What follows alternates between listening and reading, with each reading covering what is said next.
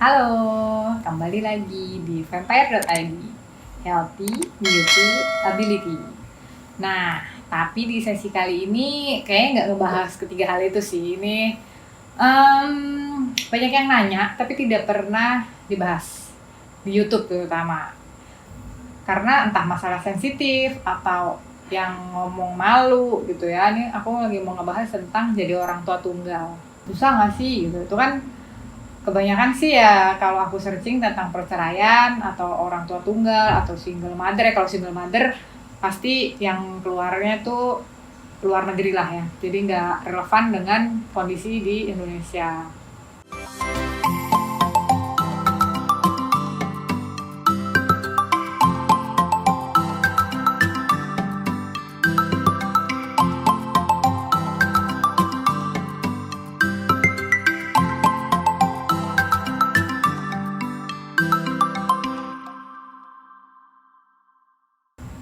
Jadi aku di sini mau sharing, mungkin kalau kamu lagi punya masalah rumah tangga nih, terus kamu kan kadang nggak bisa ngobrol ya sama, kadang kalau kita cerita ke orang tua takut orang tuanya kepikiran malah jadi bikin mereka sakit, mau cerita ke teman kadang juga malu sama kondisi rumah tangganya kita, apalagi kalau kita ngelihat si teman kita itu rumah tangganya tuh kayaknya kok baik-baik aja ya, terus kayak mesra-mesra aja. Nah, tambah lah ya kita ngerasa kayaknya cuman gue doang gitu yang bermasalah.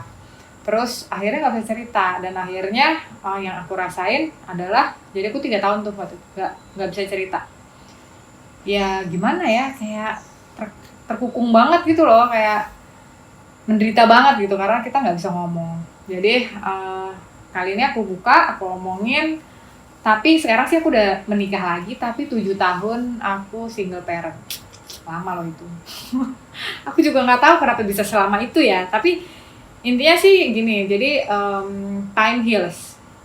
Mungkin di awal-awal kita bakal kayak shock banget gitu ya, nggak percaya ini terjadi sama kita, atau mencari-cari penyebab. Mungkin ini, mungkin itu gitu. Itu di awal-awal sih pasti kalian hadapin. Cuman jangan kelamaan, justru kalau kita lagi ada di kondisi bawah nih, terpuruk, kita cari orang-orang yang terdekat kita, yang support kita lah. Dari ya dari segala sisi. Pokoknya kalau ada teman yang julid atau kita nggak percaya sama teman itu, ya udah mendingan kita nggak usah cerita ya. Jadi kita hanya cerita kepada orang-orang yang kita percaya. Nah, jadi sebenarnya apa sih yang paling ditakuti? Yang paling ditakuti itu paling kata orang ya. Nanti gimana ya, orang gimana mikir ke aku gitu. Mungkin sekarang nggak terlalu gimana banget ya, karena kayaknya orang-orang udah mulai cuek dan udah mulai banyak nih single mother yang ngomong bahwa dirinya single mother and I'm happy gitu. Banyak banget. Tapi dulu waktu zaman saya single, yaitu tahun 2012 kali ya, 8 tahun lalu, ya masih malu banget gitu. Karena kalau misalnya kita bilang kalau misalnya kita ngobrol kan, suaminya kerja di mana gitu, terus nanti kita bilang enggak, aku single. Nah itu tuh pasti ada pertanyaan lagi kan, yang kayak oh gitu, kenapa gitu, padahal kan dia orang lain ya. Terus nanya-nanya, kita mau jawab gimana gitu kan, kita orang Indonesia ya, jarang bisa nolak lah gitu. Nggak enak untuk ngomong, kayaknya ini kayak kalau di luar negeri kan kita bisa bilang that's not your business, it's rude, fine, selesai gitu, udah bye gitu. Tapi kalau di Indonesia kan kita nggak bisa kasar gitu, malah kalau kita ngegituin kayak ngapain sih lo nanya-nanya, itu kan bukan urusan lo gitu, itu malah kita yang dibilang kasar banget sih, orang cuma nanya kayak gitu kan. Jadi ya emang agak serba salah gitu. Jadi kalau aku bercandain aja kalau misalkan ada yang nanya, suaminya di mana? Enggak, gue sih single gitu. Oh gitu. Kenapa? Ya single aja. Udah nggak usah dijawab, selesai. Nggak usah berpanjang-panjang juga. Jadi intinya adalah kita nggak wajib kok untuk menjawab pertanyaan kenapa kita bisa sampai single. Kita nggak perlu kok cerita ke semua orang tentang rumah tangga kita gitu ya. Terus akhirnya kita memutuskan cerai, kayak lama banget gitu. Apalagi untuk orang yang baru kenal gitu, kayak kita ketemu di gym kan, suka kita kenalan orang baru ya, terus dia pasti nanya suami atau gimana gitu. Jadi cuekin aja. Terus orang tua. Nah, kadang orang tua aku terutama ya, kan aku dari keluarga Jawa. Jadi berpendapat bahwa yang paling baik itu adalah keluarga yang utuh ya. Semua orang juga paling baik ya keluarganya yang utuh gitu. Cuman kan kita sendiri yang tahu kondisi rumah tangga kita. Kan kita sendiri yang ngalamin pahitnya gitu. Kalau kita bertahan di perkawinan itu kan kita sendirilah yang tahu kondisi kita saat itu. Jadi kalau memang alasannya logis, ya diajak ngomong aja baik-baik. Jadi waktu awal pun orang tuaku waktu aku bilang pengen pisah gitu ya, tuh ya terjadi penolakan besar-besaran, terutama mikirin anak kan yang 3 tahun. Tapi ya saya yang paling tahu sih kondisi saat itu. Jadi saya kekehin aja untuk tetap terus gitu. Dan akhirnya orang tua saya pun ya seiring berjalannya waktu yang aku ceritain, mereka lihat sendiri, mereka punya buktinya dan segala macam, mereka ngerti sendiri kok gitu. Jadi ya malah pernah mamaku bilang, kenapa kamu gak ngomong dari pertama kamu nikah, pas kejadian awal. Ya jujur kenapa aku gak cerita ya karena aku takut kan orang tuaku shock atau dia sedih atau gimana gitu. Tapi justru di saat itu malah mamaku bilang, kenapa kamu gak cerita dari awal gitu. Jadi sebenarnya ada bagusnya sih kalian jujur sama orang tua, karena orang tua tuh pasti pingin kita tuh bahagia, pasti pengen anaknya bahagia. Jadi kalau kita ada di kondisi tidak bahagia, pasti orang tua manapun akan ngebelain kita gitu. Mungkin dia malah sedih, tambah sedih kalau tahu anaknya tuh nggak bahagia tapi diem aja gitu. Terus apa lagi ya, soal pengadilan agama, mau ngurus sendiri atau pakai pengacara ya. Pengacara itu mahal loh ya. 2019 kemarin itu terakhir ada temanku lah ya yang cerai, itu 20 juta, itu udah murah. Itu ngurusnya gampang banget ya, cuman kalian ke pengadilan agama aja, nggak usah cari tahu gimana caranya, saya harus kemana ini, terus kalian pusing di awal, nggak usah. Kalian datang aja ke pengadilan agama, nanti dia ngasih tahu kok harus sini, harus ke situ, nanti dikasih tahu step-stepnya. Aku sendiri juga nggak hafal, tapi aku ke pengadilan agama sendiri. Jadi waktu aku mau pertama kali masuk ke pengadilan agama tuh kayaknya tuh dunia tuh runtuh ya. Tapi ternyata pas aku masuk, gila ya, itu yang namanya pengadilan agama penuh. Kayak puskesmas, bener. Kayak rumah makan. Jadi justru dengan aku ke pengadilan agama, jadi kayak malah membantu aku gitu di saat itu, bahwa aku nggak sendirian ngadepin ini, bahwa banyak kok yang nasibnya sama seperti aku gitu. Jadi justru aku terbebas tuh dari rasa pertanyaan ya, why it's happen to me, dan itu tuh berulang-ulang. Atau pertanyaan kayak aku salahnya di mana ya, yang itu berulang-ulang juga, yang bisa menggerogoti kita sendiri dan kita jadi nggak bisa kemana-mana, nggak move on.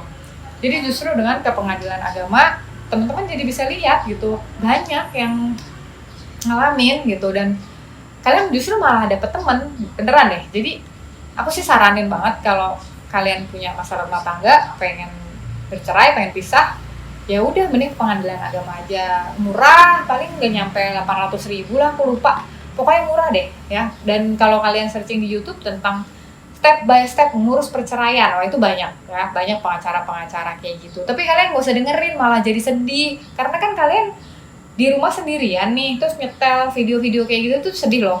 Mendingan udah nggak usah dipikirin, kalian datang aja langsung ke pengadilan agamanya gitu, lebih menyenangkan ya. Nah, terus soal cari duit, nah ini dia nih.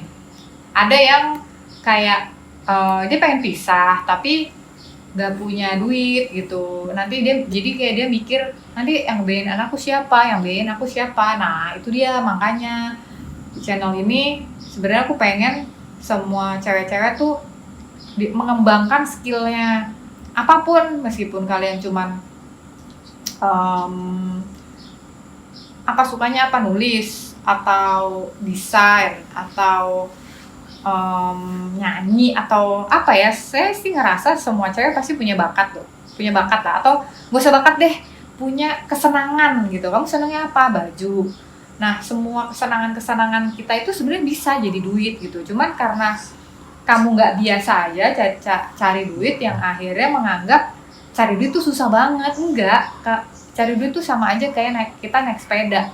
Kalau kamu udah bisa ngayuh di kayuhan pertama, nanti seumur hidup kamu bisa naik sepeda kayak gitu doang. Cuman memang serem di awal gitu loh, takut jatuh, takut nggak bisa, takut sepedanya rusak, takut takut lagi jatuh, ya gitulah yang takut-takut kayak gitu. Padahal ya kalau jatuh ya jatuh aja luka, tapi kan ya cuma sebentar doang sakitnya, terus nanti balik lagi gitu. Jadi kalau itu masalahnya uang, ketika kamu tahu nih bahwa perkawinan kamu bermasalah, terus suami kamu gak akan bisa berubah, ya udah mulai cari duit dong, mulai belajar untuk cari duit, mulai mengembangkan skill-skill kamu, karena pasti bisa gitu. Itu cuma ketakutan kamu yang ada di kepala kamu aja.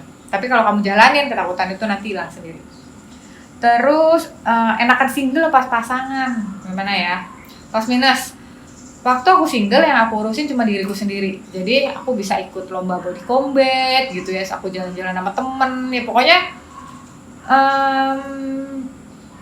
bebas gitu lah ya, nggak perlu izin gitu. Sedangkan kalau kita pas aku nikah lagi nih 7 tahun kemudian, kayak mau pergi tuh pasti kan ngomong dulu sama suami. Ya bukan, ini di luar Indonesia emang hukumnya kayak gitu, tapi gimana ya, kan ini kan partner hidup yang memang kita komitmen dari awal. Jadi kayak nggak enak aja gitu kalau pergi aja nggak pakai pamit, itu kan kayak nggak sopan. Jadi ya itu aja sih. Kalau ada sesuatu ya kita perlu menceritakan pasangan gimana. Tapi kalau memang pada saat kamu pacaran kamu juga udah satu visi, kayak pasangan ngerti-ngerti aja kok gitu. Cuma masalahnya memang akan lebih banyak ketika kita berdua, karena kan kalau kita sendiri kan kita cuma handle masalah kita sendiri kan, sedangkan kalau berdua kan masalah berdua dijadikan satu dan kita selesaikan bersama. Jadi kayak kesannya aja lebih banyak, padahal penyelesaiannya itu sama-sama aja karena yang nyelesain 2 orang. Jadi 2 masalah 2 orang, sama kan. Nah kalau kamu sendiri 1 masalah 1 orang gitu. Jadi sebenarnya kalau aku ngerasa sama-sama aja gitu ya, antara single sama pasangan tuh sama aja, plus minus lah, nggak ada yang lebih baik, nggak ada yang lebih buruk. Cuman kalau di Indonesia memang kalau kita punya suami tuh lebih terlindungi lah gitu. Jadi karena kan tetangga selalu nanya di mana suaminya, terus kayak ada ketika kita ada di komplek kan ada kayak bapak-bapak ngurusin apa, ibu-ibu ngurusin apa. Nah kalau kita sendiri kan semua tuh kita yang ngurus sendiri gitu. Sementara kalau kita berdua ya sama pasangan masing-masing gitu. Terus apa lagi? Kayaknya itu aja dulu dari saya.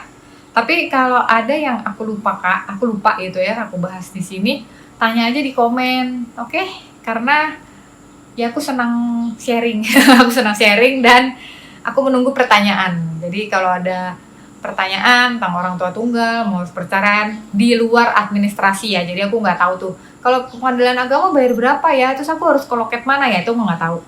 Tapi kalau basic yang kerangka pemikiran lah, aku bisa lebih membantu. Gitu dari aku. Semoga bermanfaat, semoga yang galau-galau jadi ya sedikit mengurangi kegalauannya mungkin. Gitu. Ya udah gitu aja dari aku. Kita jumpa lagi di video berikutnya. Bye.